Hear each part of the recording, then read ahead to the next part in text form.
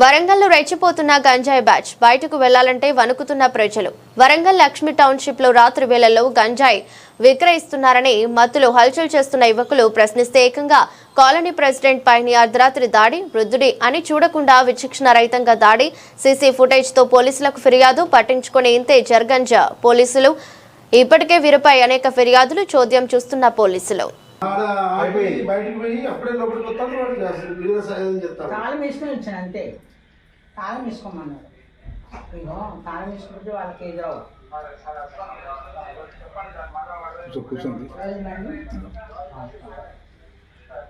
ఇప్పుడు తాళం వేసుకుంటాను ఎక్కడ వాడిని ఎక్కడ చూసినా దాకా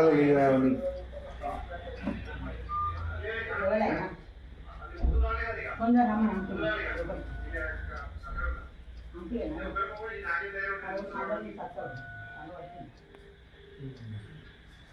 వాడు ఎంతసేపు కొట్టింది చూసిన వాడు కొట్టి టమాటా కోసం పడితే నేను మీద పరిచయం అంకుల్ ఏమైంది నేను అర్థాలయ్యా. ఎస్ఐ గారు అండి, నమస్కారం అండి.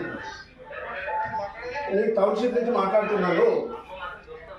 లక్ష్మీ మెగా టౌన్షిప్ నుంచి మాట్లాడుతున్నాను సార్. ఒక 7 o'clock ఒక అటాక్ చేసింది సార్. ఒక గంజాయి బ్యాచ్ ఒక ఇంట్లో పెద్ద బండరాయితోని ఒక కానిస్టేబుల్ వచ్చి చెక్ చేసి సీసీటీవీ ఫుటేజ్ తీసుకున్నాడు. మళ్ళీ పోయిండు. మళ్ళీ 9:20కి గొడ్డలు పట్టుకొని వచ్చి మళ్ళీ అటాక్ చేసిండు సార్. ఏదండి ఎప్పుడు పోలీస్ స్టేషన్కు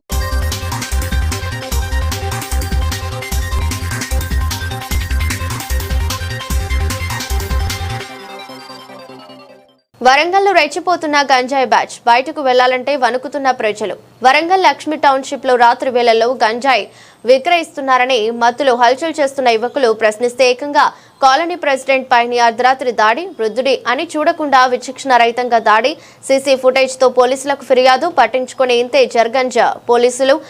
ఇప్పటికే వీరిపై అనేక ఫిర్యాదులు చోద్యం చూస్తున్న పోలీసులు. బయటకు పోయి అప్పుడే లోపలికి వస్తాను తాళం వేసుకొని వచ్చాను అంతే. తాళం వేసుకోమన్నారు. ఇగో తాళం వేసుకుంటే వాళ్ళకి ఎదురవు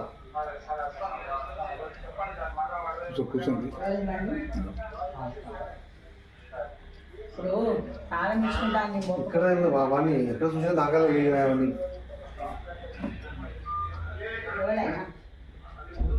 కొంచెం రమ్మని అంతే.